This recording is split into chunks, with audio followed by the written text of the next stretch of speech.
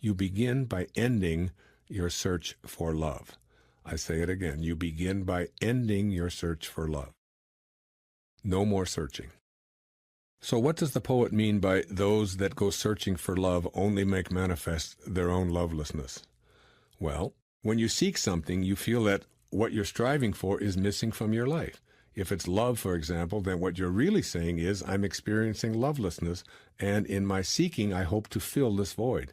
But the problem with this approach is that rather than filling the love void, it only puts you further out of balance, and lovelessness continues to be your experience. Why?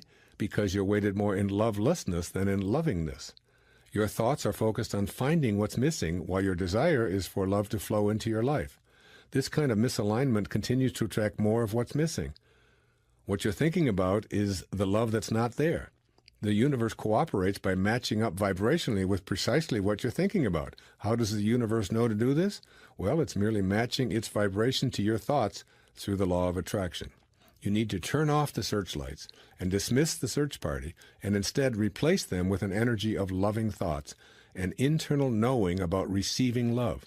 You originated from a place of spirit. That's defined by love. When you begin rebalancing your life so that your desire and the way you think and behave are a loving partnership, you'll realize that your desire is really God realization.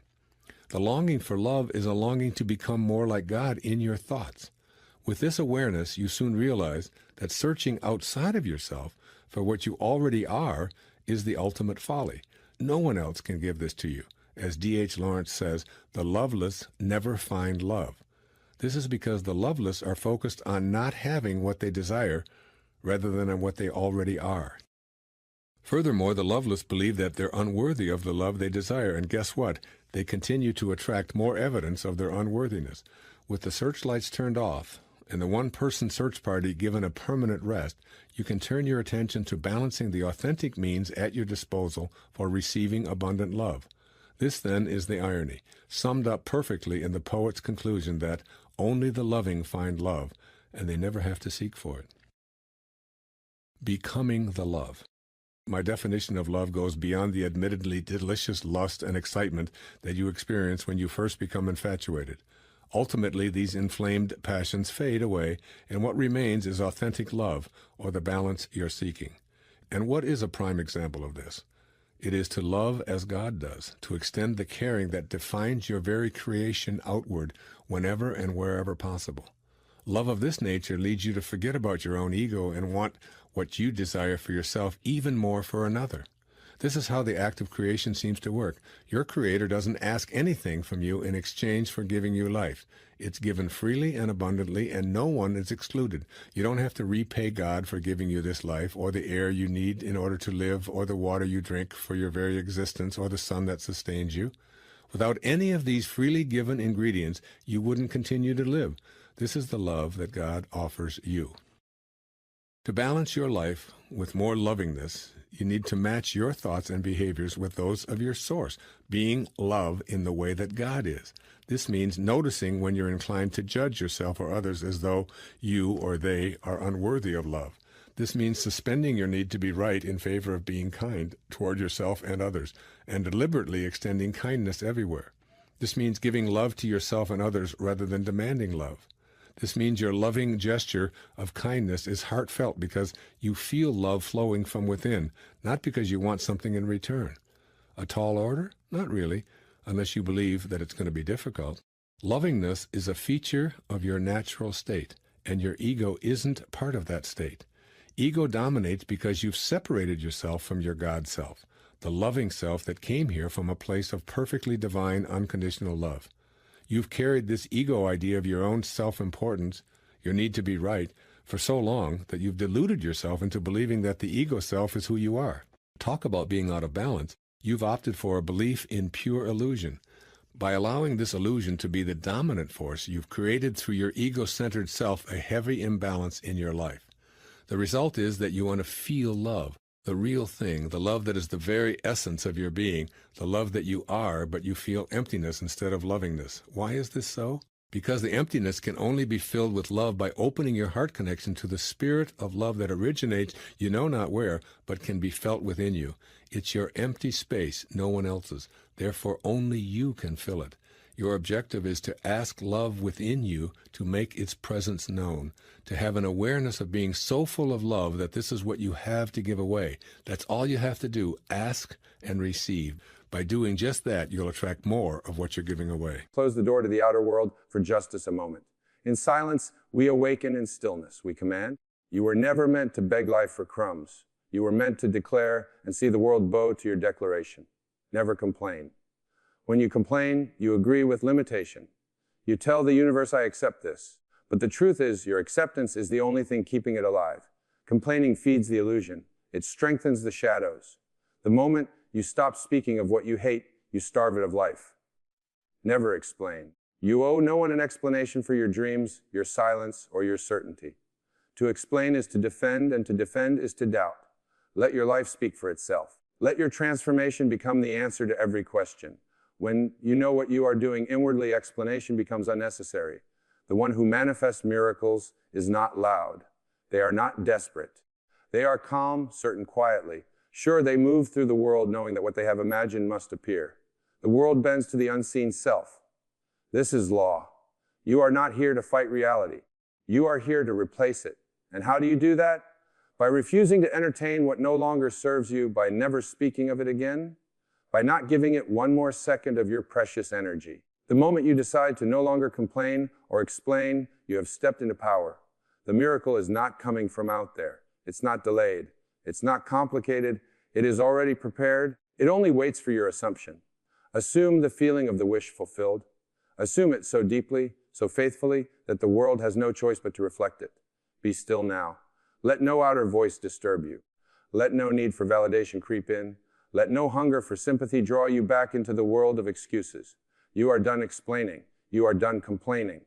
You are ready to command silence your doubts, dwell in your desire, live from the end, and miracles will not be rare, they will be routine. Never complain, never explain. Manifest silence is not the absence of sound. It is the presence of power. It is the quiet confidence of the one who knows who they are and what they possess within the person who remains silent in a noisy world is not weak, but supremely strong. They have withdrawn their energy from the outer chaos and anchored it in the inner kingdom. They understand something sacred, that words are seeds and not every field is worthy of planting. To complain is to speak from a state of powerlessness. It is the act of reinforcing that which you no longer wish to experience. Every complaint is a repetition of lack, a declaration that the outer world is your master. But the awakened mind knows that reality is not to be obeyed. It is to be shaped. Complaining feeds the problem. Silence stops it. And so the confident mind chooses stillness, not out of indifference, but out of intention. Likewise, to explain yourself constantly is to reveal uncertainty. You explain when you believe you must earn understanding. When you seek approval, when you are not yet convinced that your own inner knowing is enough. But the one who walks in alignment with their vision knows that explanations are unnecessary. They do not defend their desires. They do not justify their path. They simply walk it and let the results speak. The more certain you are within, the less you need to be validated without. Silence then becomes your most potent statement. It is the invisible signal that you have turned within, that you are now communing with the infinite, not pleading with the finite. When you say nothing but believe everything, you become magnetic. Others feel the shift in your energy. They may not understand it, but they respond to it. The world begins to conform, not because you shouted, not because you begged, but because you dared to trust in the unseen. Your imagination is your sacred temple. What you build there, in stillness and in faith, becomes flesh. And so, the confident mind doesn't speak of what it doesn't want. It speaks only of what is already done in consciousness, or it remains utterly still, allowing the inner picture to grow in silence, for just as seeds do not sprout when constantly disturbed, manifestations do not flourish when constantly doubted.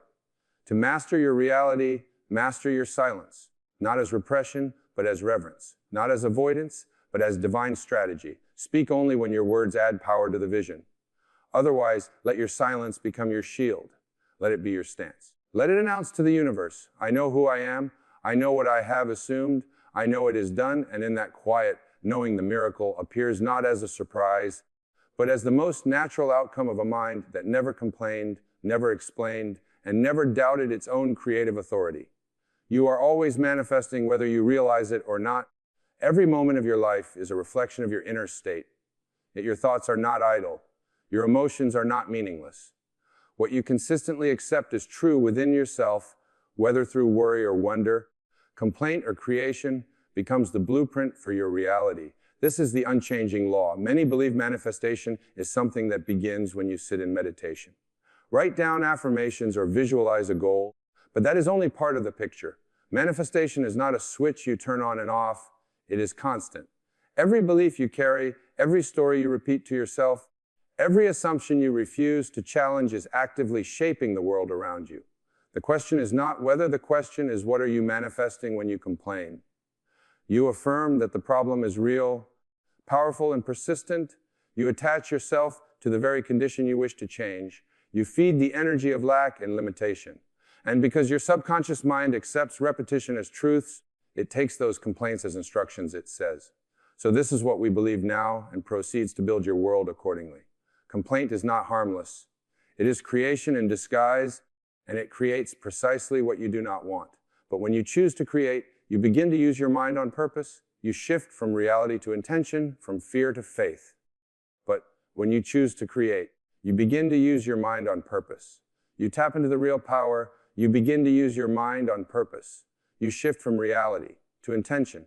You shift from reality instead of to feel. You begin to use your mind on purpose. You shift from reality. This is why your inner world is so vital. It is the garden from which all else grows.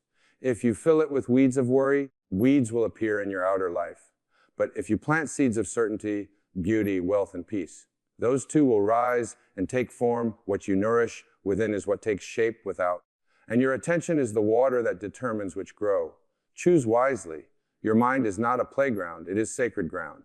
To entertain every complaint, every doubt, every negative assumption is to misuse divine power, but to speak as though it is done to feel the joy of fulfillment. Now to refuse to dwell in lack. This is mastery. This is living deliberately. You manifest not by force, but by faith, not by effort, but by assumption. And the universe is not judging what you want. It is simply mirroring what you persistently believe. So watch your inner conversations. Notice the stories you tell. Are they leading you toward what you desire or anchoring you in what you fear? Every thought is a seed. Every feeling is a command. Every assumption is a silent prayer. You are always manifesting. And the life you live today began in the thoughts you entertained yesterday. Choose now with purpose, and tomorrow will reflect the wisdom of that choice. The explanation is for the unbelieving. It is the language of doubt, the gesture of someone trying to be convinced by others because they have not yet convinced themselves. But once you truly believe, once you have seen the desire in your mind's eye and accepted it as real, there is no urge to explain. There is only quiet certainty, calm knowing, and the unwavering expectation that it must unfold. When you live from imagination, you are walking a path that most cannot see. Your vision is invisible to others, and because they cannot see what you see, they may question, challenge, or misunderstand you. But you do not owe anyone the burden of explanation. You are not required to justify your dreams to those who are bound by appearances. The creative act is sacred, private, and personal. It takes place within you. It is validated not by argument, but by manifestation. You must understand this. The only evidence you ever need is the result. Once the desire appears in your outer world, number one will question how it came. They will see it and it will speak for itself. But until then, you are planting invisible seeds, and if you speak too soon, explaining, defending, reasoning, you're often digging up what has not yet had time to bloom. To explain is often to weaken. It is to step down from the throne of inner authority and seek permission from the crowd, but those who manifest consistently do not seek approval. They are not moved by opinion. They are not shaken by disbelief. They live from the end, and in doing so, they walk in peace. You must remember your imagination is divine. It is the place where all things begin. If you have seen it clearly in your inner world, you do not need to explain it in the outer world. The moment you feel the need to justify your desire, you have already moved away from it. The moment you seek validation, you have placed your power in the hands of another. So be still. Assume the feeling, occupy the state, walk as though it is already done. When you do this, you will discover something profound. The need for explanation disappears. You no longer care whether others understand or approve. You know the law. You know the process, and you know that what you have imagined must become your experience. Let your life be the proof. Let your peace be the message. Let your results speak so loudly that explanations are no longer necessary. This is the mark of one who walks by inner vision, not outer sight. When you truly believe you don't need to talk about it, you embody it. You don't argue for it. You live from it, and in time the world will see what you saw in silence. Then and only then will they understand. Until that day, remain unmoved. You owe them nothing but the radiance of your certainty. The more you speak of lack, the more you experience it. Words are not just sounds, they are declarations of belief, expressions of consciousness. When you speak of not having, of what's missing, of what's wrong, you are not merely describing your world, you are shaping it. You are impressing upon your subconscious a state of limitation, and because your inner world is the source of all outer expression, lack must then multiply in your life. Every complaint is a rehearsal of powerlessness. It is a performance of defeat, a confession that you believe something outside of you holds the power. When you complain, you are saying this condition is greater than I am. I am subject to it. I am helpless before it. And though you may not mean it consciously, your subconscious mind hears the message clearly and obeys you. See, the subconscious does not reason. It does not argue. It simply accepts repeated feeling tone thoughts as truth. It mirrors back to you without bias what you dwell upon consistently. So when you're in a conversation, is one of worry, frustration, or lack, your life begins to reflect more of that tone. It is not punishment, it is law, but the wise do not waste words. They do not speak of what they do not want. They understand the creative power of the tongue, and so they choose silence when they are tempted to vent, complain, or explain failure. They know that silence in the face of adversity is not denial. It is discipline. It is the refusal to energize a reality that is passing away. Speak only of what you desire. Declare the end from the beginning. Describe your life not as it is, but as it will be, once your desire is fulfilled. Not to convince others, but to align yourself. You are not affirming to beg the universe. You are affirming to remind yourself of the truth that all things are possible and all things are done to you as you believe. And if you cannot speak of your desire with confidence, then speak not at all. Remain still, go within, feel the wish fulfilled in the sanctuary of your mind. Let the silence carry the vibration of certainty. Let your quiet be your strength. In stillness, you are closest to the source, and from that stillness, creation flows without resistance. There is power and restraint power in choosing your words with care, power in knowing when to be silent.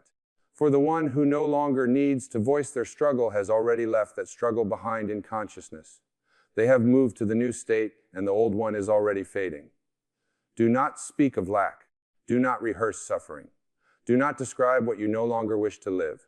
Speak of your desire as real, or speak not at all. Your words are either watering the seed of your dream or feeding the weeds of your doubt. Choose them with reverence. Let your speech be sacred. Let your silence be strategic, and let your life be the proof. Miracles are normal when you assume your desire. What the world often calls extraordinary supernatural, or impossible is, in truth, the natural result of an inner certainty. There is no magic involved, no special favor granted from above. There is only a quiet, unwavering assumption that what you desire is already yours in the world, then reshapes itself to reflect that conviction. Assumption is not a weak hope or a casual wish. It is a state of being. It is living from the end. When you assume your desire, you move beyond the question of if or how. You rest in the knowing that it is already done. You walk differently, you speak differently, your inner dialogue shifts, and this change in your inner world is what alters the outer. To the one who doubts, the fulfillment of desire seems like a miracle, they say. How did this happen? How is it possible? No. But to the one who understands the law, it is the most natural thing in the world.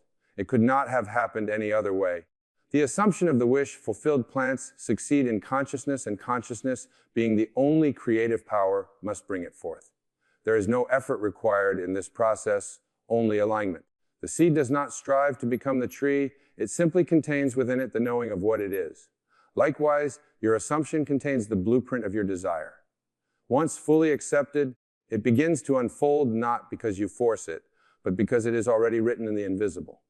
Most people attempt to manifest by forcing circumstances, chasing opportunities, and trying to control outcomes. The true creation begins within. You do not need to manipulate the world. You only need to occupy the state when you become one with the feeling of already having what you want. The world must conform. That is law. That is order.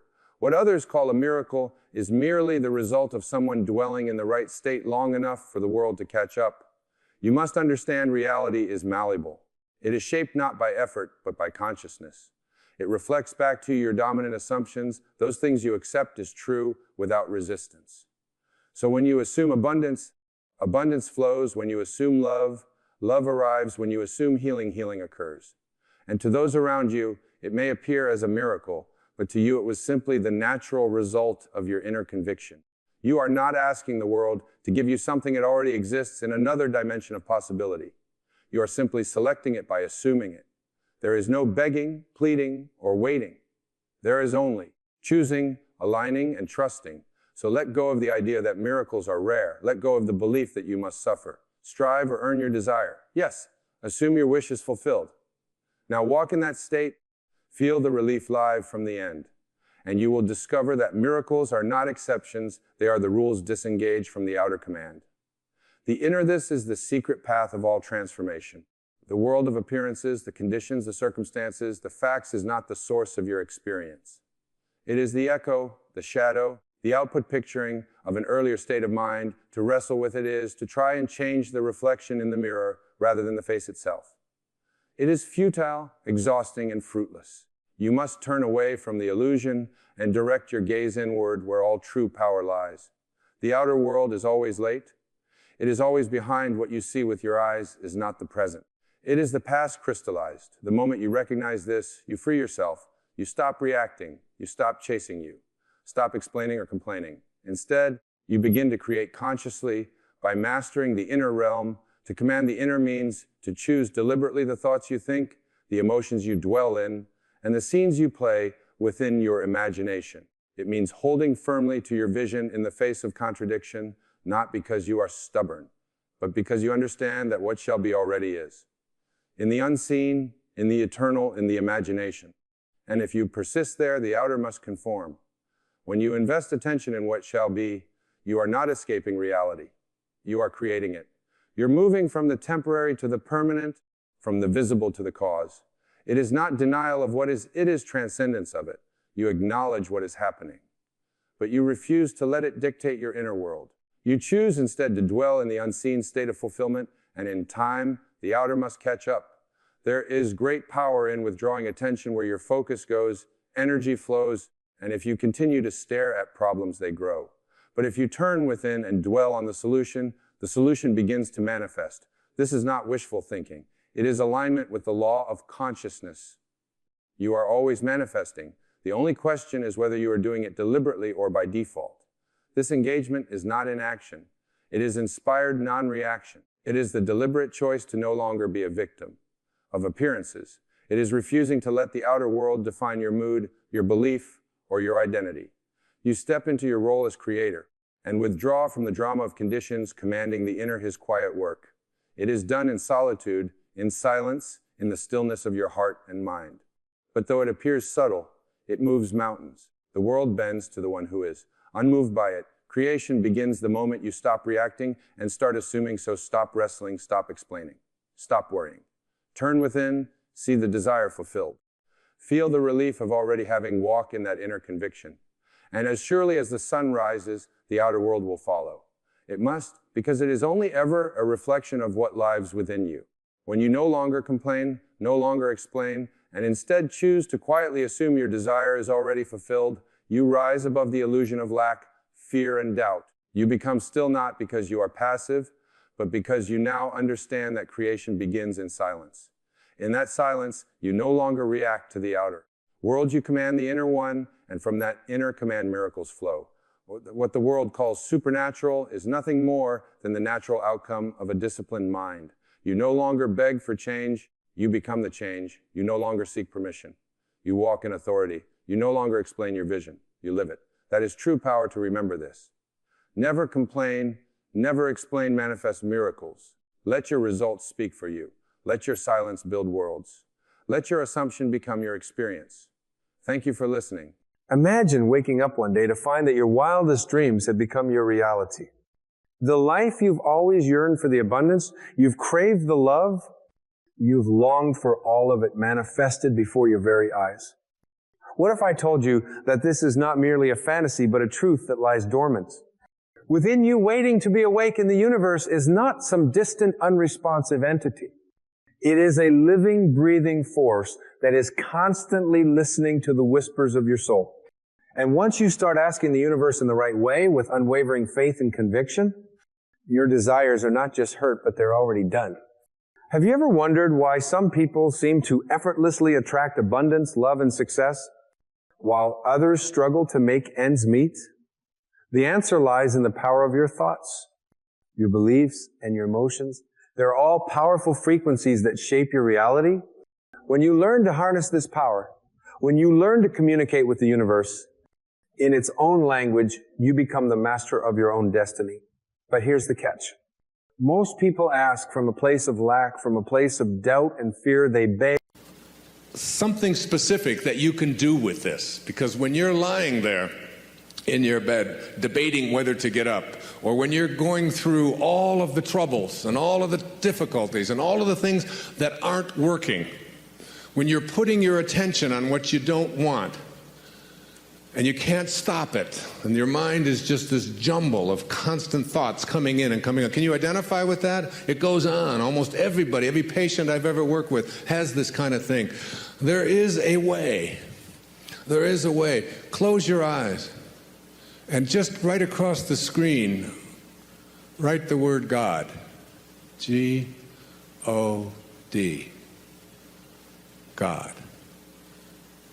The instant that you find yourself putting your attention on what you don't want or what doesn't work or what you don't like, the moment that you do that, God. And then take the G out, move it over to the left. And then take the D out and move it over to the right. And now what you have left is 0. The only number that can't be divided. The only representation of what your return trip is about. You're going back to 0. You're going back to a place of oneness that is indivisible. And then just hone in, just go right into the center of that 0. And then put your thoughts on what it is that you intend to manifest. Just like that. Just like that. In that simple little drill or practical thing that I'm offering you right there, it's what I do. It's how I handle it. I go in there and it's like I'll be thinking of, oh my God, I gotta fly over here and I gotta get over there and then I've gotta give a talk and then I gotta get to this plane and my daughter over here and then my son is up in school and I don't know what the hell's going on over here. And it's like this jumble and I just go, God. No G, no D, 0. Move into the 0. Go into the place that's indivisible. That's your source. That's your return trip. And in that place, in that perfect, beautiful, soft, gentle, impenetrable place, you will no longer put your attention on anything that you don't want.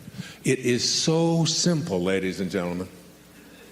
This idea that is at the core of all of our teachings. I've been out there doing this for over 30 years now.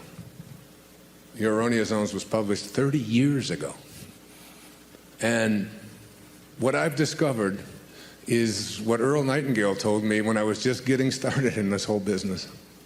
When something called the strangest secret. We become what we think about all day long. We become what we think about all day long. But more than that, understanding that your thoughts are real, that they have an impact. Isn't it conceivable that your thought can have an impact on whether or not you can attract what you want into your life? That you can extend it out into a universe which is perfect, which has no need for you to interfere with it, which is always doing exactly what it is supposed to do. No restrictions on it. And it always has been doing it, and it always will be doing it. And everything that you're going through, it's all part of the perfection of all of this. That you are not any of the things that you've come to believe that you are. You're not what you have. You're not what you do. You're not your reputation.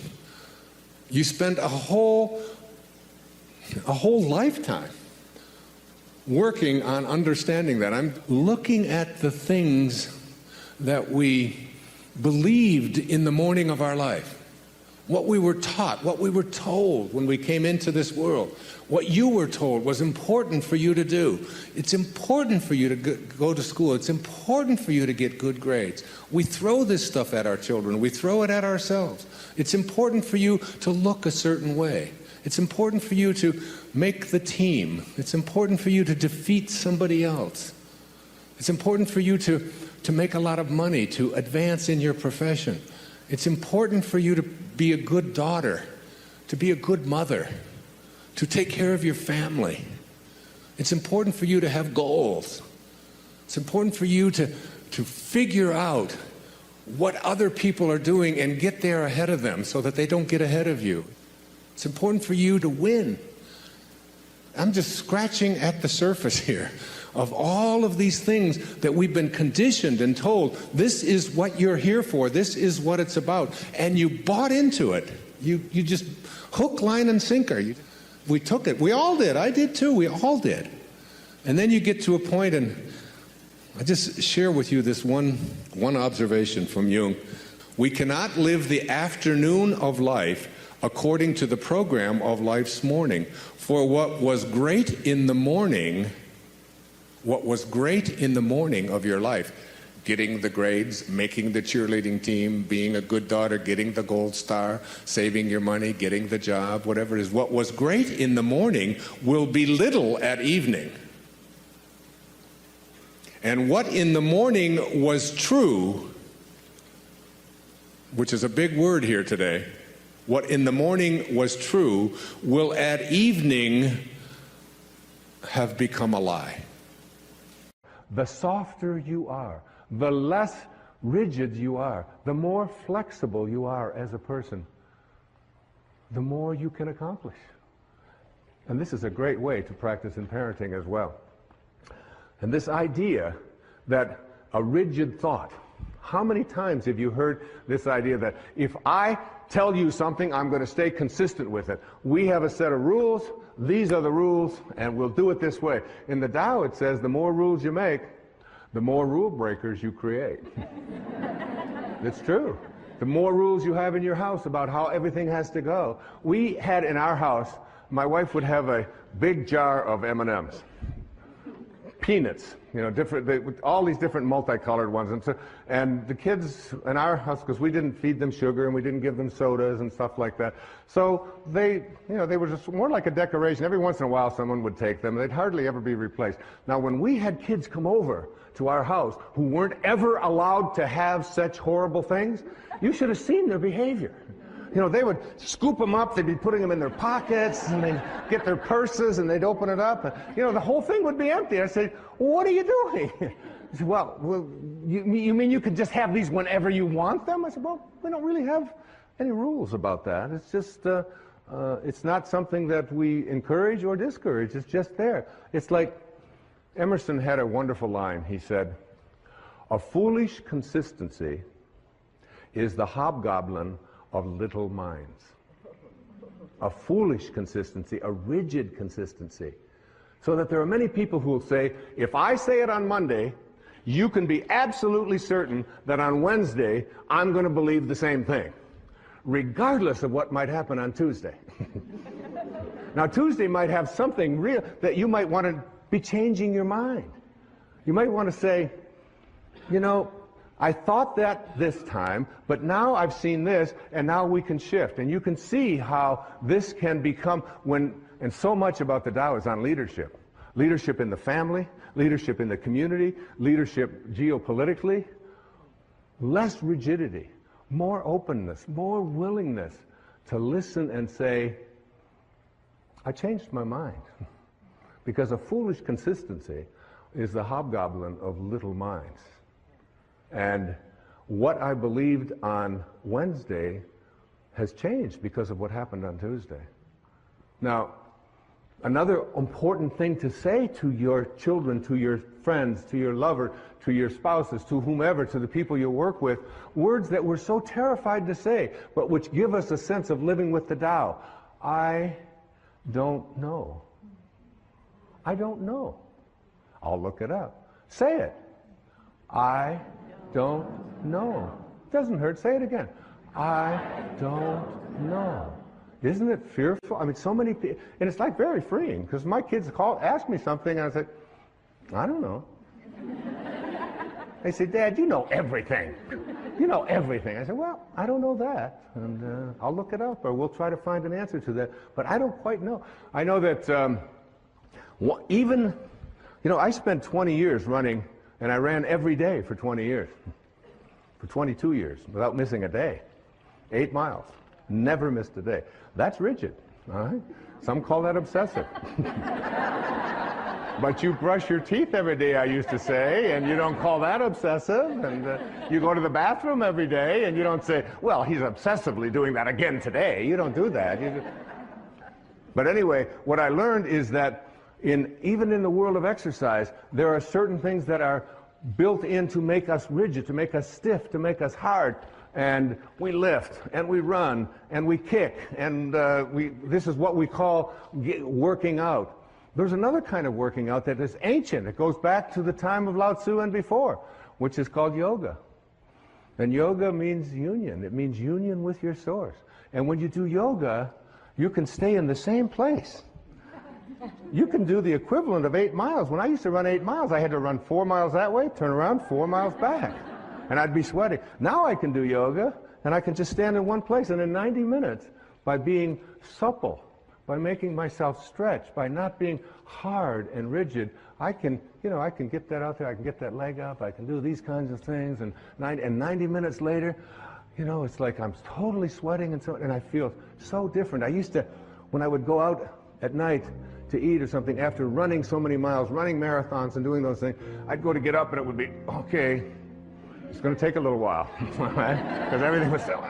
That doesn't happen anymore, because I've given up hard. I've given up being rigid and substituted it for being supple, for being flexible, for living a life in which I don't have to always be so fierce. Listen to this verse of the Tao Te Ching. It's one of my all-time favorites, verse number 76. A man is born gentle and weak. At his death, he becomes hard and stiff. All things, including the grass and the trees, are soft and pliable in life, dry and brittle in death. Stiffness is thus a companion in death. Flexibility is a companion in life. And it's not just for how you exercise, it's how you think, how you think. In order to cultivate your witness, you need to learn to observe your reactions in order to go beyond them. It is the going beyond that is the crux of the sacred quest. There are many ways that you can use the observation process. Here are a couple of them that are very important. The first is observing your body. This is one of the areas of being the witness that most of us have practiced somewhat. In general, we allow our body to function without interference. We are aware that there is the body and that there is a ghost in the machine, if you will. For as long as you can remember, you have been observing this phenomenon of a body. It is also true that you know that the entity that is doing the observing is removed in some dramatic way from that which it is witnessing. As you are listening to these words, you are allowing your body to act out its destiny without your meddling.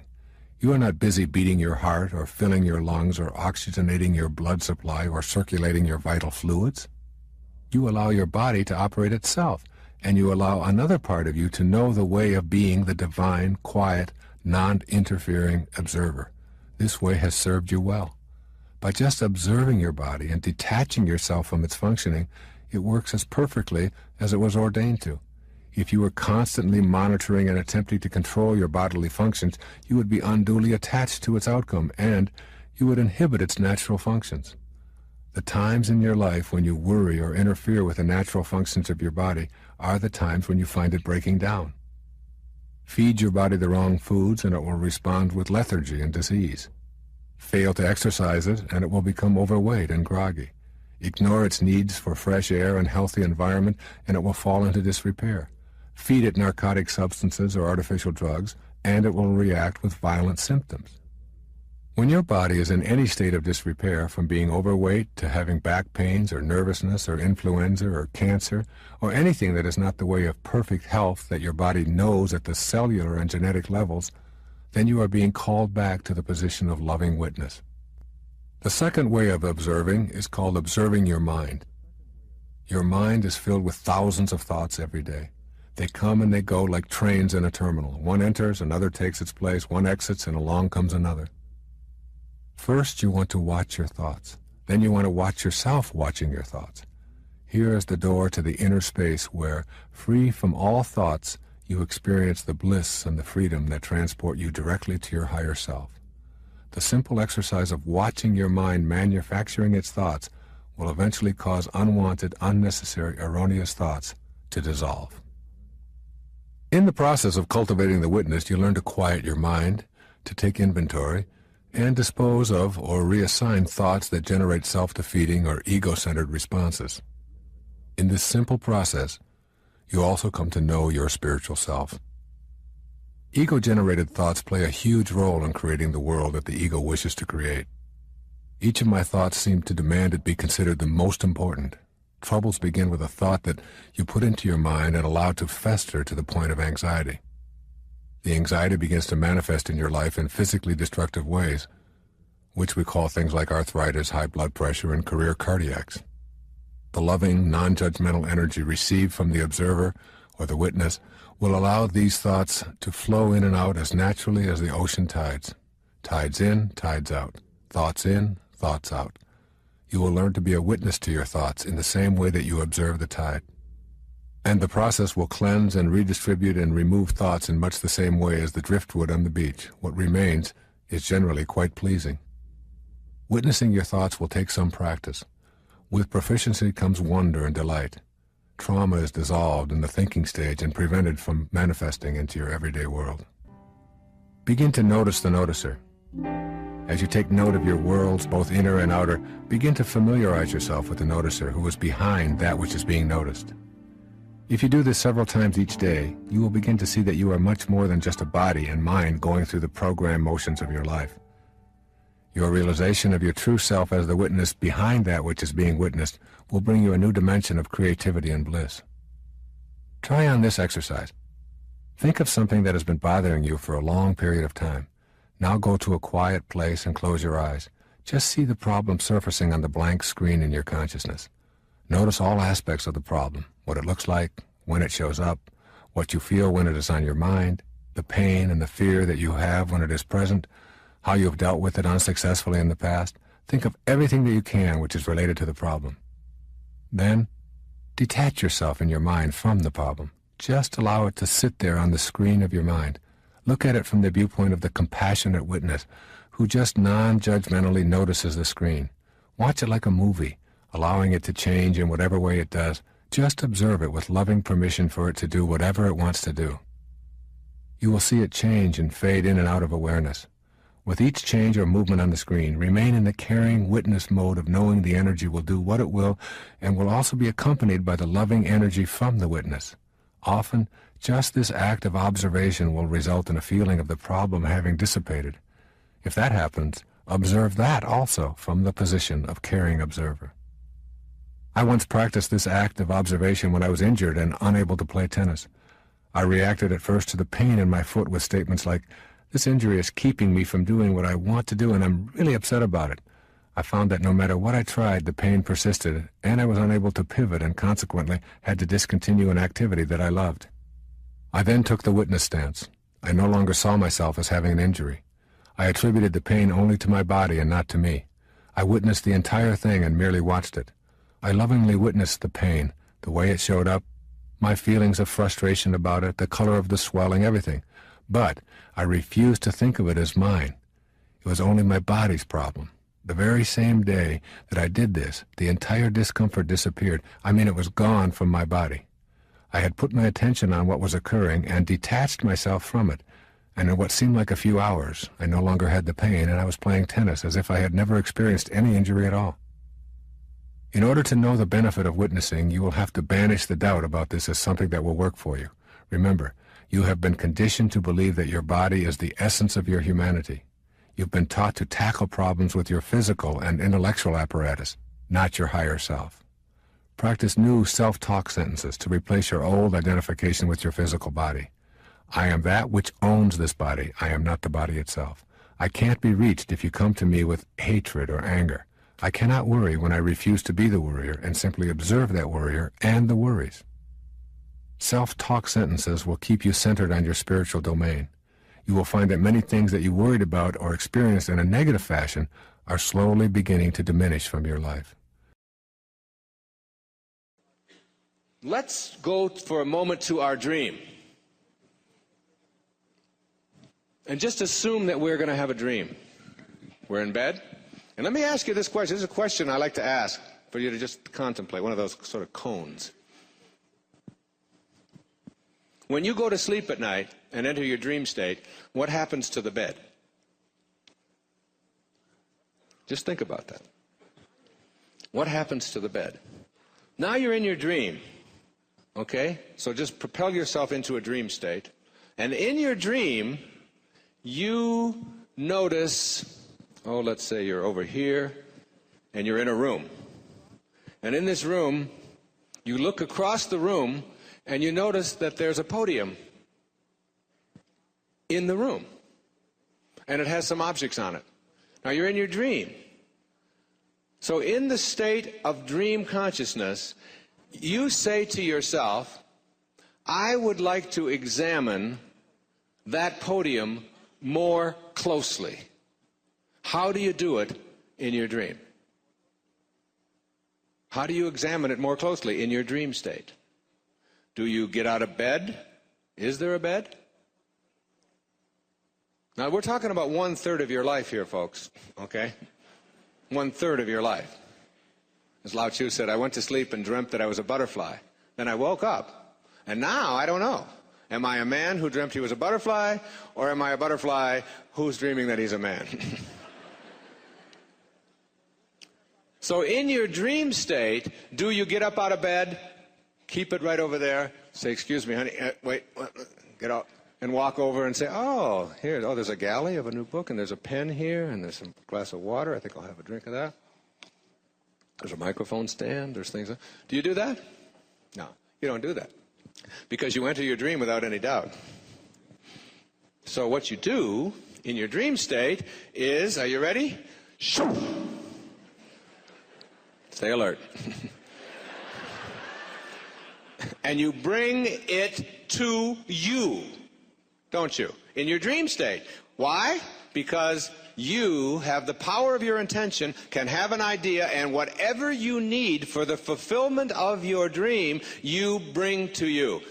Here it is. Here it is. Whatever you need. So you're 20 years old in your dream, and you need a jerk to be married to for the next 20 years. There he is. Isn't that great? You need a Maserati? There it is.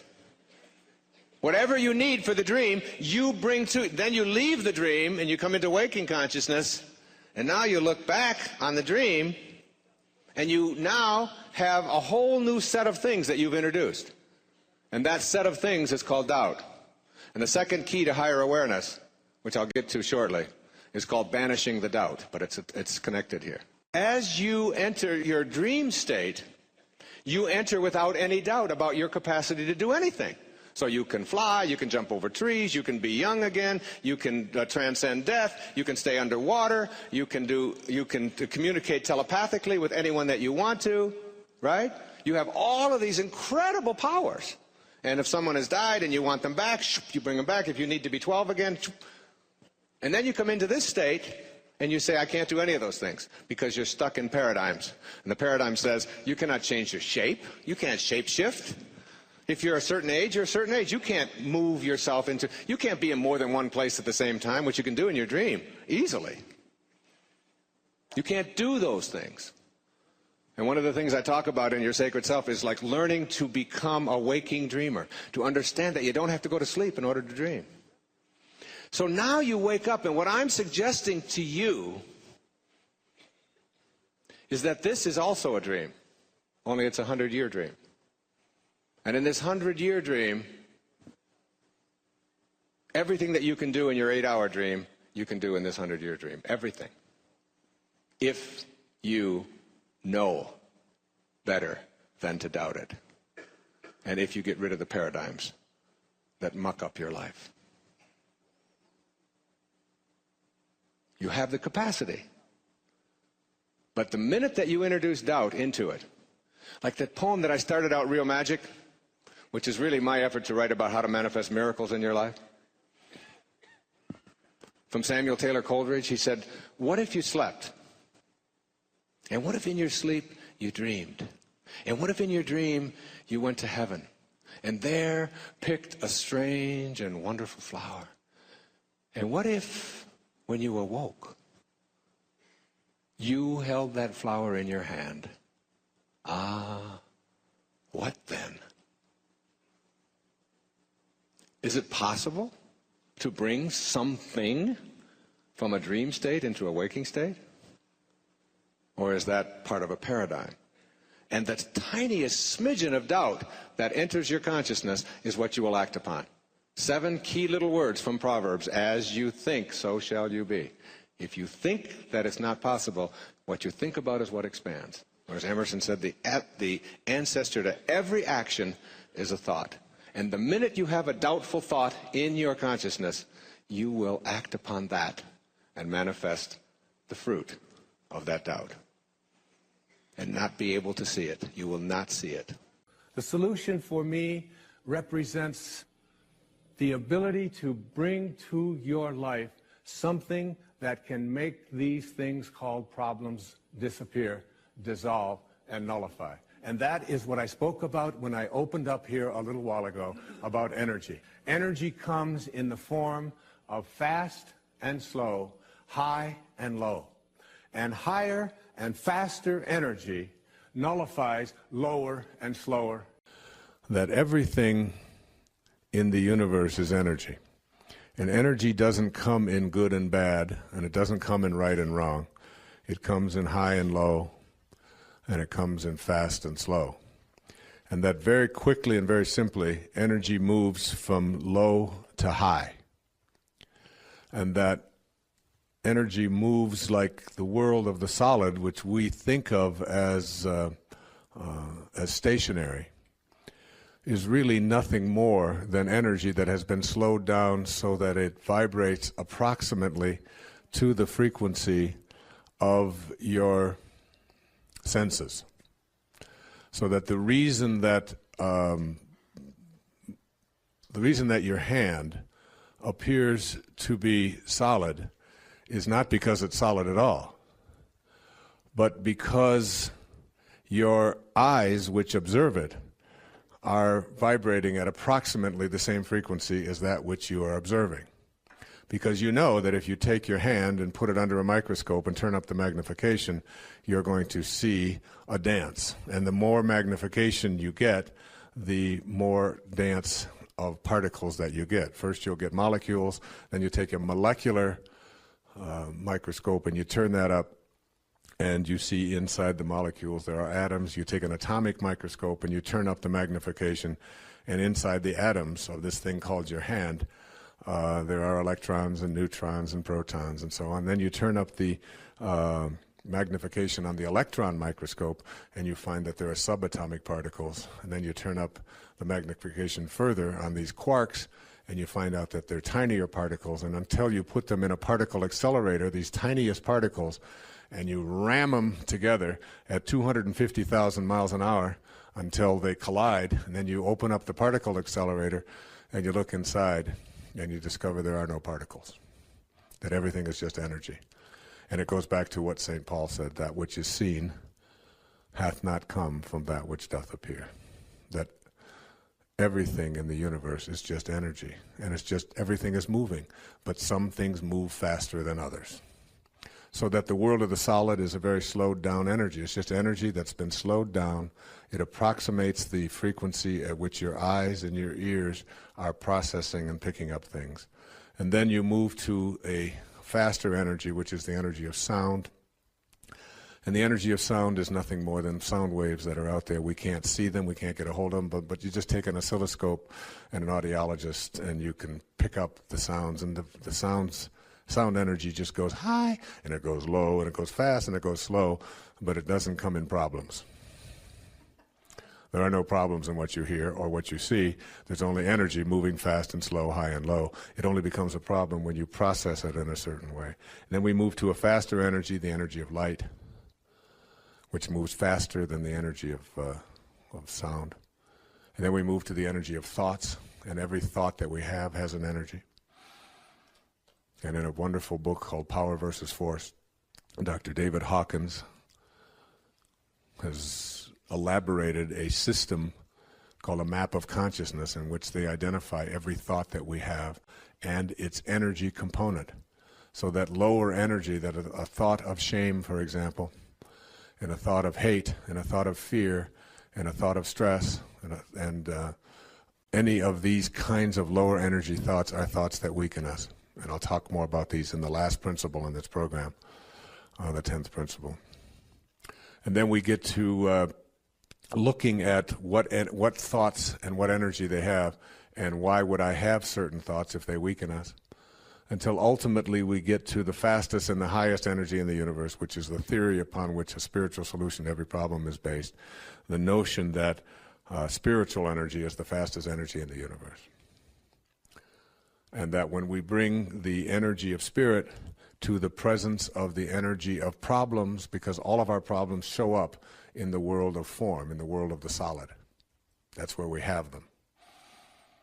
And when we can bring spiritual energy to the presence of spirit, or to the presence of form, rather, we nullify that. So that if you're in a dark room and someone brings a candle into that room, what is happening is that you don't have to announce to the darkness, you'd better dissolve now, you're going to have to get out of here because I'm bringing light in here. Darkness, rather, cannot survive when light is brought into a room, because light is a faster energy than darkness. And it's a metaphor for the prayer of St. Francis, where there is hatred. If I can bring love to the presence of hatred, hatred cannot survive. And it was the message of the greatest spiritual teachers who ever walked among us, and all religious practices are based upon this idea of bringing higher and faster energy to the presence of lower and slower energy. And when we do that, we dissolve and nullify it and make it impossible for it to exist. So that if we can think and change around the energy of our thoughts, and in Power versus Force, Hawkins speaks about how to go about doing that in ways that I consider to be brilliant. You know, they say that when Christ would go into a village, just his presence in the village would raise the consciousness of those around him. Just his presence in the village. Just the presence of Mother Teresa in a room, this 4'10", reasoned little old lady who ministers to the poor in Calcutta and describes it as doing the work of Jesus in all of his distressing disguises. Seeing Jesus in all of his distressing disguises is how she described it. That kind of consciousness permeates out. And we can have that when we shift our attention away from what is wrong and the hatred in the world. I mean, I get asked that question over and over again, yes, but what about this, and yes, but what about that? I say, I send out loving energy to every person I see on the street. I don't care what they look like. It doesn't make any difference whether they're clerks or whether they're waiters or whether they're people who walk by and smell bad or whatever. I look at them and I see the unfolding of God in every one of them.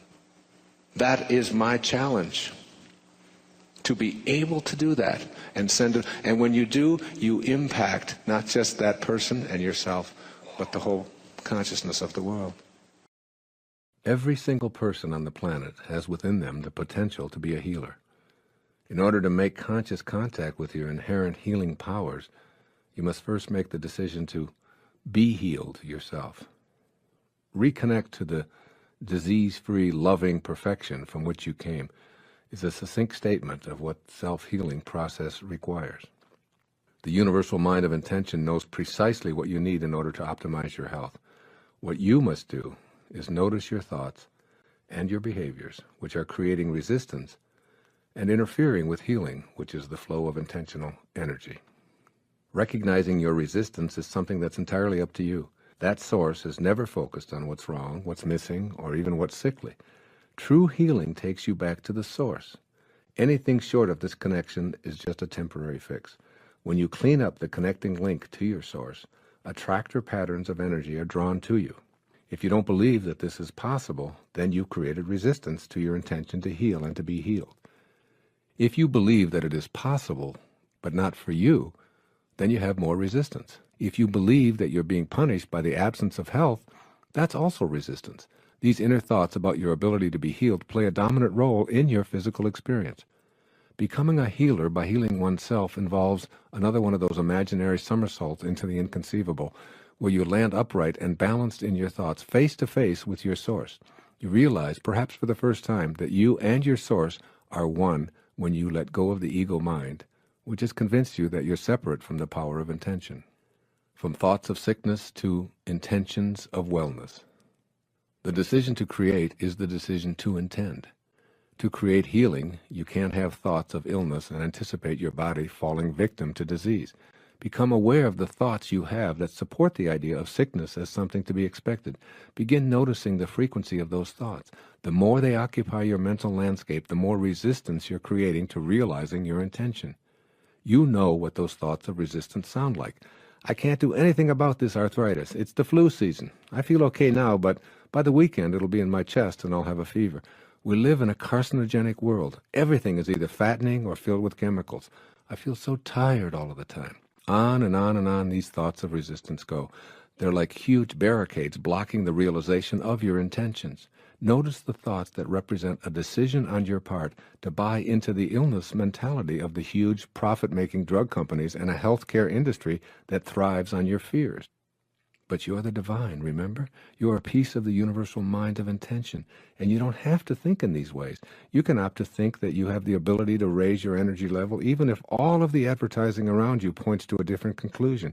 You can go within and hold an intention that says, I want to feel good. I intend to feel good. I intend to return to my source, and I refuse to allow any other thoughts of disorder or disease in. This is the beginning. You'll feel empowered by this unique experience. Then in any given moment of not feeling well, choose thoughts of healing and feeling good. In that instant, feeling good takes over, if only for a few seconds. Illness is not a punishment. You don't have a need for healing because you were bad or ignorant or as retribution for past life offenses. You've taken on whatever you're experiencing for whatever lessons you need to learn on this journey, which is being orchestrated by the all-providing intelligence that we're calling intention.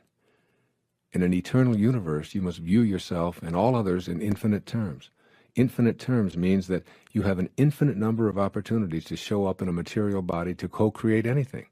As you view the sickness of the mind and body that permeates your own life as well as the rest of humanity, try viewing it as part of the infinite nature of our world.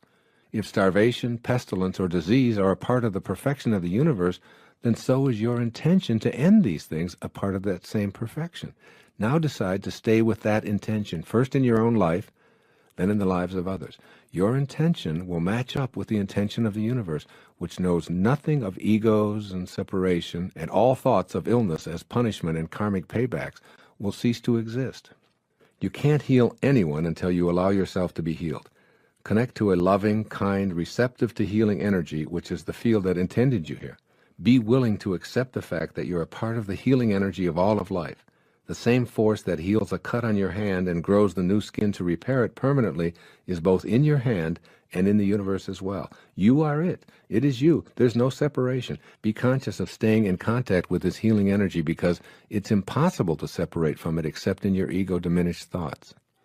By raising your energy to a vibrational match with the field of intention, you're strengthening your immune system and increasing the production of well-being enzymes in the brain.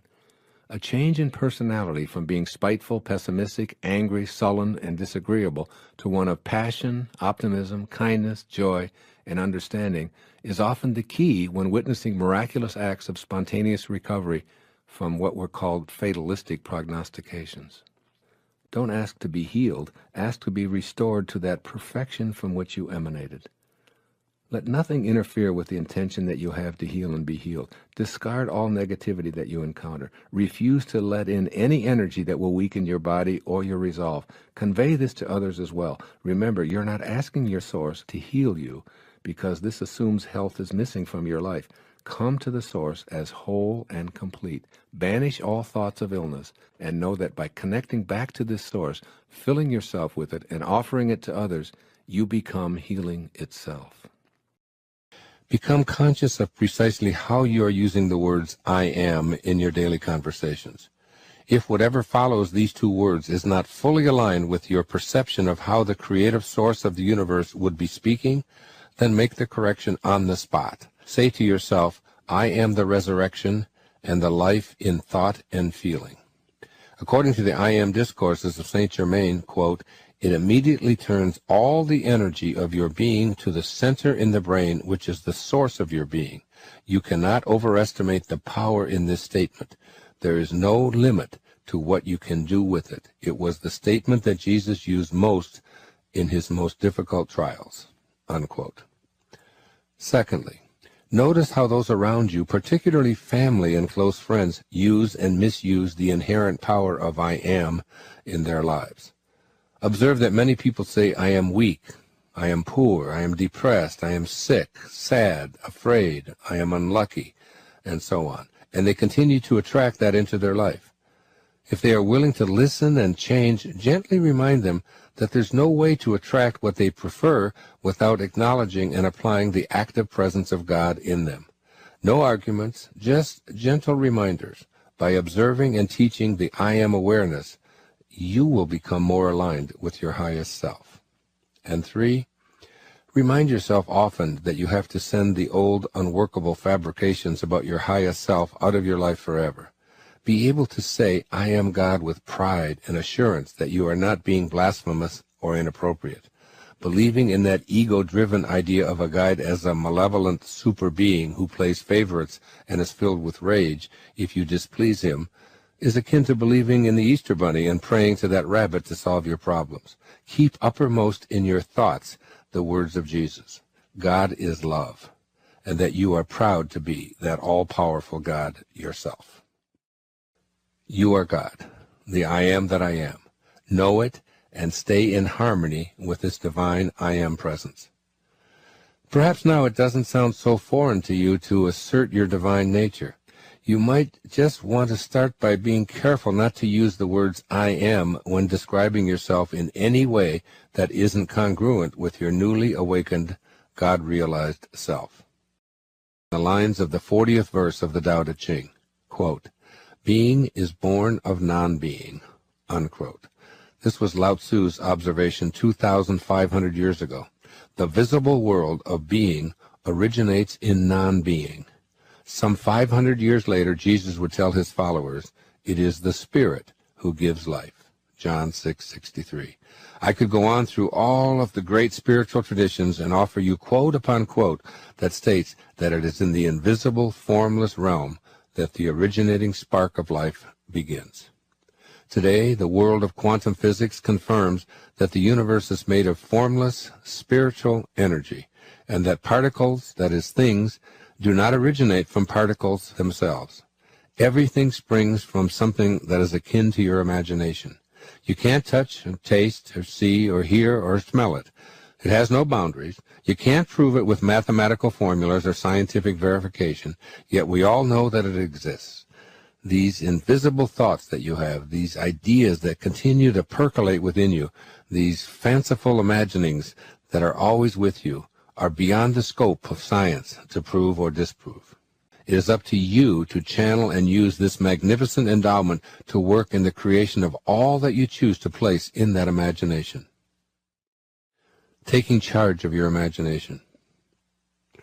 My favorite definition of success, which I've cited on numerous occasions, was offered by Henry David Thoreau in the middle 19th century at Walden Pond.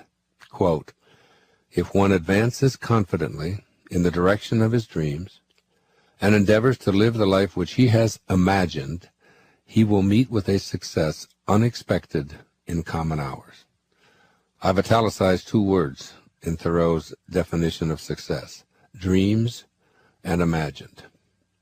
What Thoreau is saying to us is so important to you today. Be willing to dream and imagine yourself becoming all that you wish to be. If you live from those imaginings, the universe will align with you in bringing all that you wish for, even more than you imagined when you were living at an ordinary level of consciousness, or what Thoreau called common hours. Keep in mind this basic axiom: if all that now exists was once imagined, then what you want to exist for you in the future must now be imagined.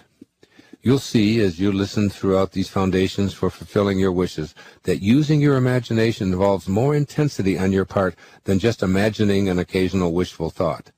You must first unlearn some of the ways that you've been misusing or squandering the capacity your imagination has for providing you with an unlimited ability to manifest all that you desire. Thoreau called it advancing confidently in the direction of your own dreams. Unfortunately, some of us have learned to do the opposite with our imagination, and instead regularly use it to develop mental habits of advancing in precisely the reverse direction of our highest dreams for ourselves. Recall that "I am God" doesn't refer to your body in any way. It refers to the birthless, deathless, changeless spirit that remains in all the changing forms your body takes every moment of your temporary life here on earth. Martin Luther King Jr. once had remarked that the only way to convert an enemy to a friend is through love, not hatred or fighting. We don't conquer anything, and there's nothing to fight. Consider the results we've achieved when we tried to fight something in order to conquer it. For example, ever since war was declared on poverty, there's more of it in the world than ever. Our wars on drugs have only served to triple our prison populations and bring illegal substances to more people at younger ages. As early as junior high school, there's hardly a child who doesn't know how to acquire all manner of drugs. Our wars on crime have resulted in more criminals, more fear, more surveillance, more distrust, and more abuse by law enforcement personnel. Our war on terror has turned us into people who behave toward those we label terrorists in ways that emulate the terrorism we're supposedly desirous of eliminating. And our wars on cancer, obesity, and hunger have not eliminated those conditions either. Here's the reasoning behind what I've just elaborated. The truth of this universe is that we live in an energy system that operates on the law of attraction. That is, we become what we think about all day long. If we think about what we hate, this is an energy that we're offering to our desires. In this system, then, we'll attract more of what we think about. Consequently, more of what we hate is what we will attract. We act on our thoughts. Our thoughts of hate, violence, fighting, and war generate actions of hate, violence, fighting, and war. And lo and behold, we see the fruits of this thinking showing up even if our intentions are positively aligned with good energy or God energy. We get what we think about, whether we want it or not. Thoughts that translate into fighting and war almost always guarantee that the response is a counterforce. That is, others will respond in kind to our desire to fight and conquer. This kind of counterforce can continue for centuries, with unborn generations programmed to carry on the fight. This same understanding of how fighting weakens us and generates more imbalance in our lives is applicable to our experience with addictions. We can become addiction-free relatively quickly if we make a decision to eliminate fighting and conquering from our efforts. The thoughts and energy that replace fighting need to be in the form of non-warlike thoughts. As Emerson said so succinctly, the remedy of all blunders, the cure of blindness, the cure of crime, is love. And addictions constitute one huge blunder. I can assure you, having spent a great deal of my life immersed in such folly myself. Overcoming blunder-filled thinking. For those of you who may not be familiar with my friend Ram Dass, in the late 1960s, he helped shape the awakening consciousness of an entire generation with his bestseller, Be Here Now. One of my favorite Ram Dass stories is the one he tells about an early encounter with Neem Karoli Baba, his guru in India. Ram Dass brought some capsules with him to India that were designed to dramatically alter one's state of consciousness. Neem Karoli Baba confronted Ram Dass about these pills and asked him to give all of them to him. Ram Dass thought that he'd brought a long-term supply of this very powerful psychedelic substance, yet he watched in horror and amazement as this enlightened being swallowed all of them right before his eyes with no visible reaction. His guru then asked him if he had any more, since these obviously weren't working. After telling this story, Ram Dass concluded with one of his most sagacious observations. "If you're already in Detroit," he said, "then you don't have to take a bus to get there." Addictions of every description are vehicles that people board in order to get someplace higher, more pleasurable, more peaceful, more tuned in and turned on, and so on. But if you're already aligned with this energy, then it's obviously unnecessary to climb aboard any vehicle headed to a place where you currently reside. I've played with addictions and addictive behaviors for a large part of my life. In fact, I'd say that these various addictions have been among my greatest teachers, allowing me to see that there's a higher level of consciousness and blissful awareness available to us all. But I'm also aware that using substances of non-well-being in order to experience this separate reality is assuredly a counterfeit means of doing so. I'm essentially addiction-free, and I want you to know that I didn't get to this place by fighting my addictive nature. In fact, the more I tried to conquer addictions at various stages of my life to things such as sugar, soda pop, caffeine, nicotine, alcohol, and certain drugs, the more they'd gain a foothold on me. Force, counterforce. I'd apply my weapons, and they'd bring out their artillery, with my body as the battleground where the war was being waged. I was blundering my way into deeper addiction. Earlier, I quoted Ralph Waldo Emerson, who said, "The remedy for all blunders is love." Second verse of the Tao Te Ching. Quote, "Under heaven, all can see beauty as beauty, only because there is ugliness. All can know good as good, only because there is evil. Being and non-being produce each other. The difficult is born in the easy.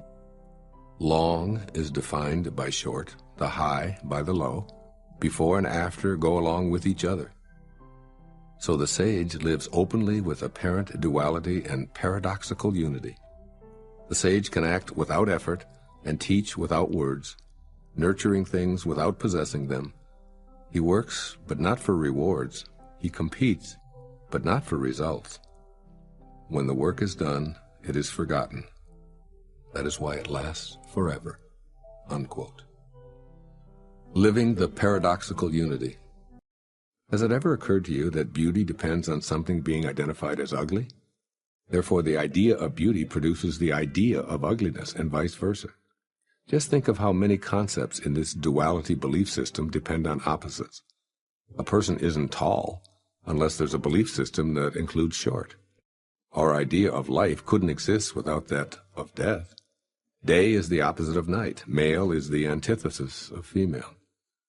What if you instead perceived all as a piece or a glimpse of the perfection of oneness? I think this is what Lao Tzu is suggesting with his description of the sage who lives openly with apparent duality and paradoxical unity. Imagine the perfect oneness coexisting in the apparent duality, where opposites are simply judgments made by human minds in the world of the 10,000 things. Surely the daffodil doesn't think that the daisy is prettier or uglier than it is, and the eagle and the mouse have no sense of the opposites we call life and death. The trees, flowers, and animals know not of ugliness or beauty. They simply are, in harmony with the eternal Tao, devoid of all judgment. As the sage lives openly with apparent duality, he synthesizes the origin with the manifestation. What a great lesson in that. The idea that you take, there's a rule, it's called the 80-20 rule. And in the 80-20 rule, it says everything that you have, all of your stuff,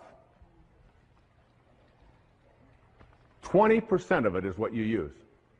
All of your clothes in your closet, 20%. You just keep using the same 20% over and over. 80% of the clothing that you have in your closet for so many people is something that you never use, you don't wear. You look at it, you store it, you think, well, there might come a day, oh, I can't part with that, even though you've been carting it around. Every time you move it and you put it.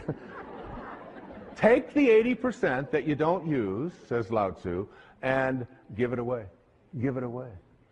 Lao Tzu said that when your cup is full, stop pouring.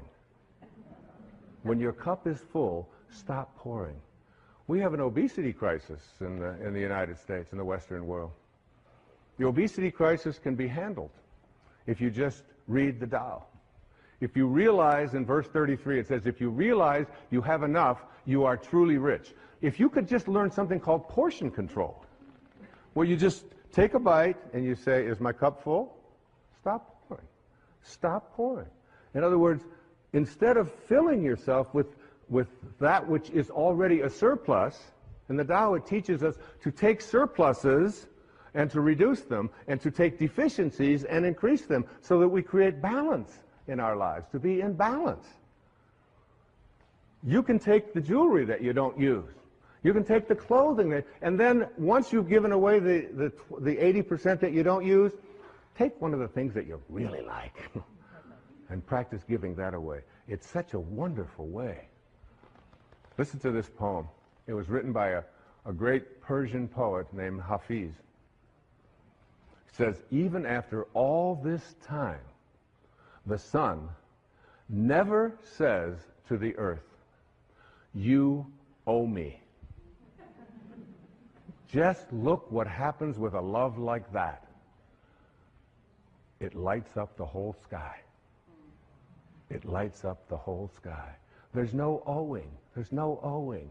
You don't have to be, you can practice living in a state of contentment. This was so powerful for me. You just can't imagine how good it felt for one entire year to walk through every day and say, I'm content. I'm content. I start out every morning of my life. The first words, Hafiz says, that if there's only one prayer that you say every day, make it thank you. Just say thank you. That's how I start. Wake up. Thank you, God. Thank you. Thank you, Source. Thank you, Tao. Whatever you want to call. The opening line of the Tao says, the Tao that can be named is not the Tao. As soon as you put a name on it, it dissolves. There's no name for it. It's just endlessly, invisibly, constantly in a state of creating out of a state of love. I asked if I could have water on the stage. They did it. They figured it out. There's Now, I'm going to try to get some of this water, okay? So you get down here and you just, I'm going to just scoop this up. And okay, now tighter you hold it, the less chance you have of doing anything with it, isn't it? How can I experience water? The way to experience water is to just get soft, just get unbending. And there it is. That's what water is. The minute I grasp it, the minute I try, and Lao Tzu is saying the same thing is true in everything in your life. The more you grasp, the more you try to hold on to it, the more you try to be rigid with it, the less control you have of it. The softer you are, the less rigid you are, the more flexible you are as a person. Now you will hear about 3 energy fields and ways of keeping them uncontaminated. The first energy field is your immediate energy body, which I also refer to as etheric or faster. From a standing position, extend your arm forward and mentally note the most distant point where your fingers extend. Now imagine your arm extending straight above your head to a point over your body, and then behind you and beneath you as well. You now have an image of a field of energy which continuously surrounds your body. I call this field your fast energy body, which is inseparable from your solid and visible slower energy body.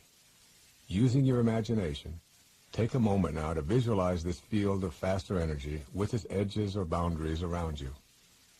When another person, particularly a stranger, crosses your boundary, you immediately feel as if you've been invaded. You move back instinctively to create a safer distance. Why? Because your energy body feels the invasive force and alerts you with a state of discomfort.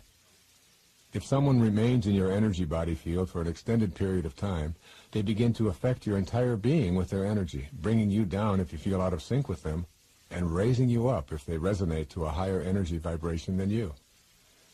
I refer to the second energy field as your broader environmental energy field. To get a sense of this physical energy field, think about your energy field extending into your home, your workplace, your family, and your community. The vibrational pattern of this energy field is your broader environmental energy field. This energy field, in which your solid body walks and talks and sleeps and works and plays, is impacted by the energy frequency of whoever enters it. Now I want you to think of a field of energy so immense that you cannot even create imaginary boundaries for it. I call this the mind field energy. Your thoughts and the thoughts of others interact in your mind field in such a way as to raise or lower your frequency of vibration. When the thoughts and feelings of others impinge upon your mind energy field, there will be one of two results. Either your energy field will be increased, as is said to have happened when Buddha and Jesus entered a village. Just their presence in the village and nothing more would raise the consciousness of those around them. Or your energy field will be decreased and consequently become contaminated. The way others think and how they radiate out their thought energy can impact you. But it is not only people who impact your energy fields.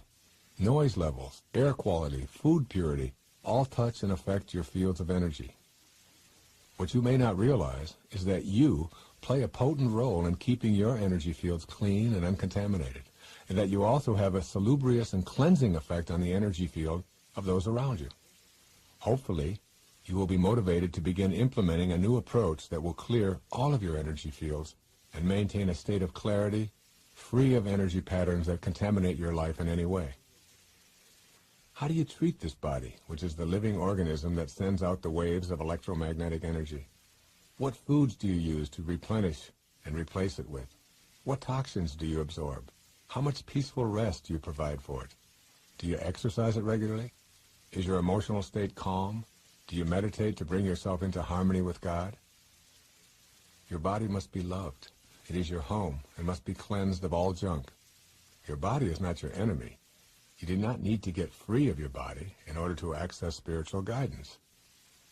This perfectly functioning machine called your body knows what is needed, where it is needed, and how to prioritize those needs in times of crisis.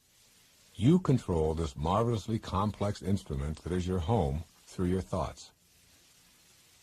The second factor that impacts your immediate field of energy is what you allow to impact your body from without. What kinds of people do you allow into your immediate space? When you allow toxic people into your immediate energy field, you will find that your feelings of well-being diminish. You must say goodbye, albeit with unconditional love, to anyone who pollutes your life space with slowed down energy.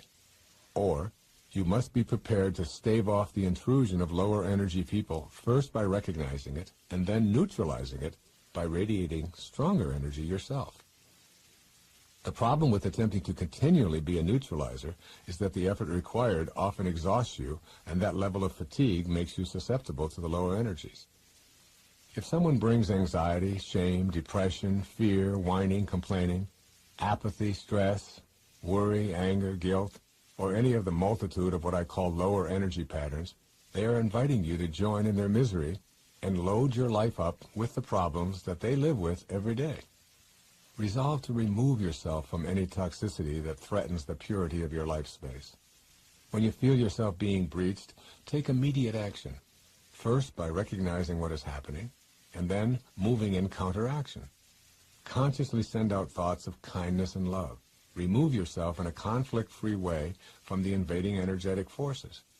Anyone who you allow to be a regular visitor in your body energy field must come with love, peace, and the higher spiritual energies. The closer you come to being in a dynamic state of grace in your thoughts and refusing to be in the fields of those who are projecting lower energy thoughts, the closer you come to being in God's mind. Here are some rules for a healthy imagination. Rule number 1. Never place into your imagination any thought that you would not want to materialize. Rule number 2.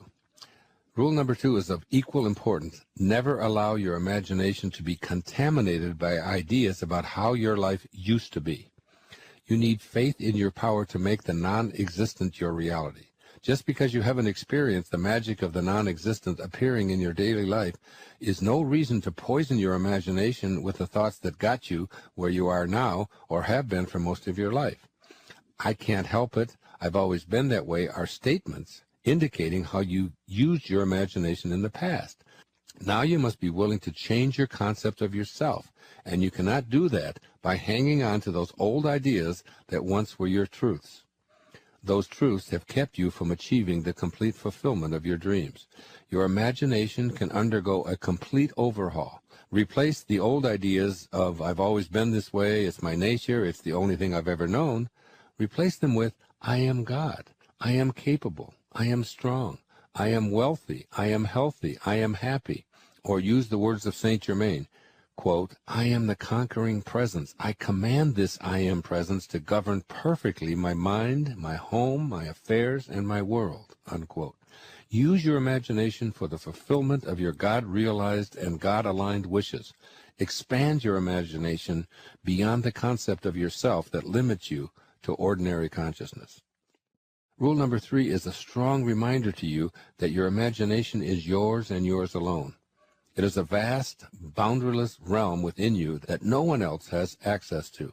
No one can peer into your imagination and place things in there that they prefer for you, nor can they extract any ideas that are percolating in that grand imagination of yours. Your imagination is your own fertile field for growing any seedlings that you choose to plant for a future harvest. This rule advises you to never allow someone else's ideas about what is possible or impossible for you, how you should be thinking, or who you should be, or anything else to occupy your imagination. Regularly inventory the thoughts in your imagination. Notice how many of those ideas were originally suggested by well-meaning others, dating all the way back to your early childhood up to and including today. You may have been told that you have always been a dreamer, as if this were a fault. I can speak here from experience. Family, friends, teachers, and even advisors frequently disparaged ideas that burned brightly in my imagination. I often heard comments such as, Wayne, you're such a dreamer. Get real. You're never going to make it as a writer or a television performer or a movie personality. Be realistic. We know what's best for you. When I was being discharged from the Navy at the age of 22, my superiors warned me that starting college at my advanced age was loaded with uncertainty, particularly since I had no higher education experience and I would be competing with younger, recent high school graduates. Since I already had a skill as a cryptographer in the Navy, they advised me to pursue what they felt was best for me. But I had a dream, an imagination filled with the ideas of teaching and writing and speaking to large audiences. I saw myself on stage. I saw myself as a prominent author, and this vision could not and would not be sabotaged by someone else's vision of what I should or could become. As a young boy in a foster home, I almost always ignored other people's ideas about what I should be thinking or doing. I simply was indifferent to their opinions regarding what I could imagine for myself.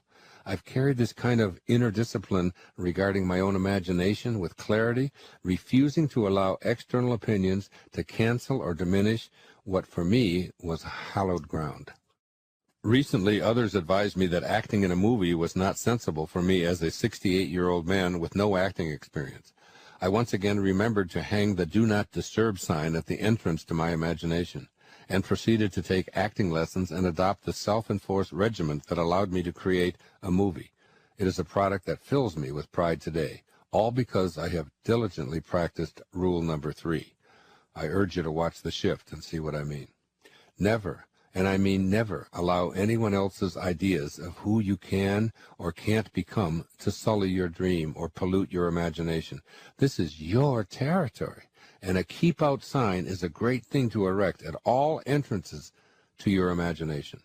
Generally speaking, the viewpoints of other people regarding how you should occupy your imagination involve their own self-interest. Frequently, the inclination to meddle in your imagination is a way to get something for themselves by persuading you of the folly of your dreams. Enlist only those, including yourself, who are primarily interested in what you see or hear in your imagination about your life. Rule number 4. Rule number 4 may surprise you. It concerns what you don't want to let monopolize your imagination.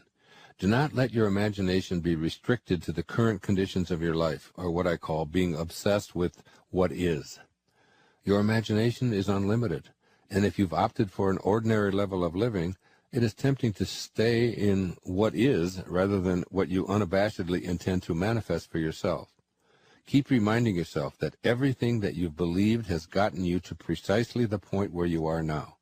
If you want to elevate your life, and become a manifester, then you have to change what you believe to be true about yourself that has landed you exactly where you are today. The sentiments of, this is reality, this is just the way things are, there's nothing that I can do to change it, and the like are pernicious thoughts that will taint and defile your great gift of I am that I am, which is your divine inheritance from your Creator. Just as growth isn't possible if one continues doing things exactly the same today as yesterday and tomorrow, so is your imagination charged with the same challenge. In your imagination, you can replace the thought of, I will one day be in a better place with, I am already in my mind where I intend to be. This may sound irrational because you are accustomed to evaluating your life on the basis of what your senses tell you is your reality. You can make the choice to reprogram your imagination to take you where you intend to be in the now. Creation originates in the world of spirit, or to say it differently, your imagination is the source of all that has yet to manifest for you. By staying only with what your senses tell you is your reality, you place a barrier to letting your imagination create all that you wish, all that you desire. Your imagination is unlimited. What is today is restricted by just that, what is today. Another new way of being for me is to think of yourself in terms of personal authority rather than being an authoritarian. Personal authority. A person who has authority never needs to dominate anyone else, ever. Dominating doesn't become necessary. In business, you can have authority. The people who have the most authority are the ones who listen the most, and the ones who are the most conscientious about what do other people have to say. A person in a relationship who has to dominate somebody else and has to make the other person submissive shows that they don't have authority, because they're getting their power not from within for themselves, but on the basis of who they can control. And that never lasts. That never lasts. The only thing that lasts is having inner power, if you will. Know thyself. That's what Shakespeare said. Know thyself. The more you know yourself, the more you become honest with yourself, honesty becomes just a way of life. No, I don't think the world necessarily does, but you can't run your world. You can't run your world based upon what the rest of the people in the world want or don't want. To me, honesty is like, it's a karma that goes out into the world. How people treat you in the world is their karma. How you react is yours. And when you react to it with dishonesty, that's what you're putting out into the world, dishonesty. And when you put dishonesty out into the world, that's what's going to come back to you, because what goes out is what comes back. That all, as you sow, so shall you reap. I mean, it's in every great institution that there is in the world, whether it's a religion or a philosophy or whatever. What you put out is what comes back. Whatever you plant is what you're going to get back. And the more that you put out honesty, just because it's what you are, because you are being honesty, you're not trying to be honest, you're just being honesty, then that's what will come back to you on a regular basis. And when it doesn't, you'll just see that as another test for you to pass. For me, it has become a way of life. It's called serenity instead of acquisitions. The more you try to acquire, the more you try to get, the more you try to collect in your life and evaluate yourself on the basis of that, the less serenity you're going to have. More is less. It's almost a secret of the universe. Serenity means inner peace. It means that you can find joy in every moment that you have in your life instead of always looking for it. It means that while you are driving along the countryside, you know, and seeing, instead of saying, oh, I'm on my way to this point, that you can open your eyes and see it with new eyes. See the rolling mountains, see the grass, see the deer, see the sky. You can just stop wherever you are in this second, wherever you are, and just look around you, and you can begin to appreciate just your surroundings and your environment. Then you can begin to appreciate the people that are in your life, and even the ones that are negative and you're having the most difficulty with. You can practice a new way of being with them, which is sending them love, sending them flowers, send them books, send them a tape, send them something, and just see what kind of reaction that you get. Super emotional health is just an attitude. An attitude is everything. And it's being personally an authority on yourself rather than authoritarian and trying to be dominating someone else or to be dominated. And serenity, which is the name of my little girl, my youngest daughter, Serena, rather than acquisitions and accumulations and trying to prove yourself that way. And when you get that serenity, which comes from the way that you think always, then you will replace all of the other junk that keeps you back here between 6 and 1 on that clock. And once you pass it, once you get past it, you'll never, ever be able to go back. Because the light, living in the light, is a way of, it's a way of being that if you're not there, you don't get it yet. But once you see it, and once it begins to take over your life, you can never go back. That is your purpose. It isn't, your purpose isn't to try to be loving. Your purpose is to be love, and only have that to give away. There's a wonderful woman that I have come to respect a great deal and know. Her name is Carolyn Meese. And she has a tape that I heard a few years ago called Why People Don't Heal, I believe it is. I was so taken by the profound wisdom of what and how she presented it that I called and left a message with her that if she would like my endorsement, if she's interested in that, I'd be happy to give it. And she did. And what she said is that the reason that people don't heal in their life is because they are bonded to the wounds of their past. They not only have understood them and practiced them and perhaps even embraced them and understood them, but they have now bonded to them. And they use these wounds as a rationale for why their life isn't working the way they would like it to work today. And they continually haul out all of these terrible things that happened.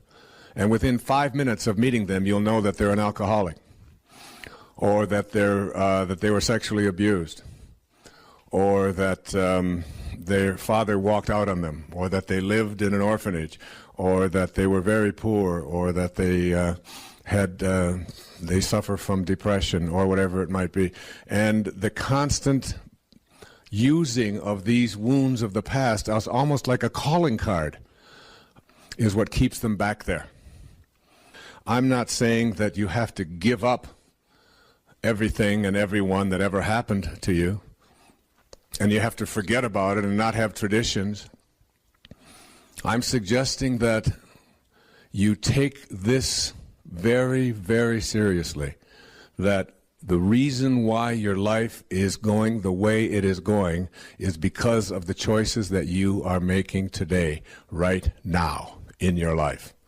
And that anything else that you are using that is back here in the wake as a rationale or an explanation for why your life isn't going the way you would like it to go is nothing more than an excuse to which you will bond yourself, and as a result of that bonding, you will keep yourself back, living in those obstacles, rather than creating an intention of what you want to have for yourself in your life. And it's a very common thing to do. And on the extra mile, you'll find people. I remember Castaneda's teacher telling him, you'll know when you are free from your personal history, because he said, look, he said, if you don't have a story, you don't have to live up to it, which is pretty good. You just don't have to live up to your story. He said the way that you will know that you are free from this is that you should check yourself into the seediest motel that you can possibly find, with cockroaches in it, and with the paint that is, chipped off the walls, and the most unpleasant kind of place that you can check yourself into, and don't tell anyone that you're there. And you stay in that room and don't come out until it makes no difference to anyone whether you do or you don't.